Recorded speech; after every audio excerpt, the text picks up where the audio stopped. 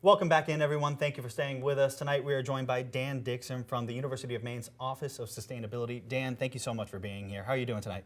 I'm doing well. Thanks for inviting me. Of course, it's our pleasure. So we've got Earth Day coming up, and that's usually a reminder for a lot of people for sustainability and stuff like that. Why is it such an important reminder? So the original Earth Day occurred back in 1970 when humans, our society was pouring a lot of toxic elements and pollution into the environment, and it was really the original Earth Day served as a wake-up call for us to take more notice of what's going on and to spur some environmental action. And that's what Earth Day is all about. So sustainability means we live within our means and we don't take more than the environment can provide without degrading. Because ultimately, if we degrade our environment, we're stealing from the future health and prosperity of our coming generations. This year is the 55th anniversary, correct? That's correct, yeah. It's happened every year for the last 55 years. Yeah, so every year there's a different theme. This year the theme is Our Power, Our Planet. Okay. And I think the organizers generally adjust the theme depending on what's going on in the world at the time. So what are some ways that people can start being more sustainable tonight? What can they do? So first of all, you can seal air leaks around your windows in your house. By reducing leaks around your window using either cork or weather stripping, you can actually lower your heating and cooling bills by around 20%. Wow.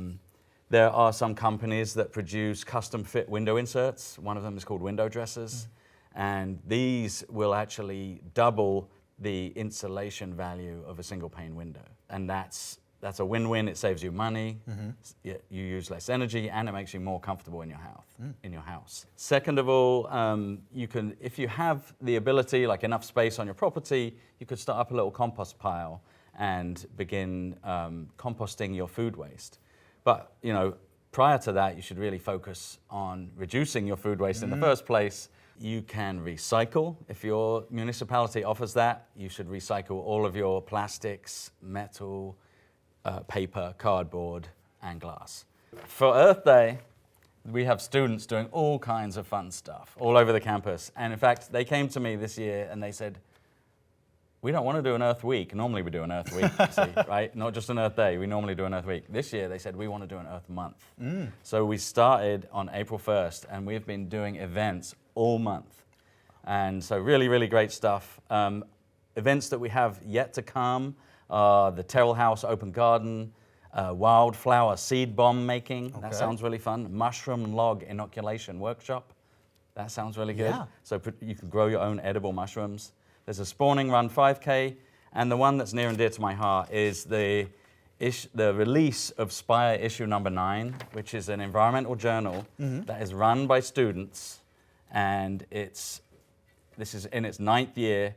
It's going to be released on Earth Day. It's an online journal, and you can access it by going to the Maine Office of Sustainability website. Perfect. Which is www.umaine.edu/sustainability.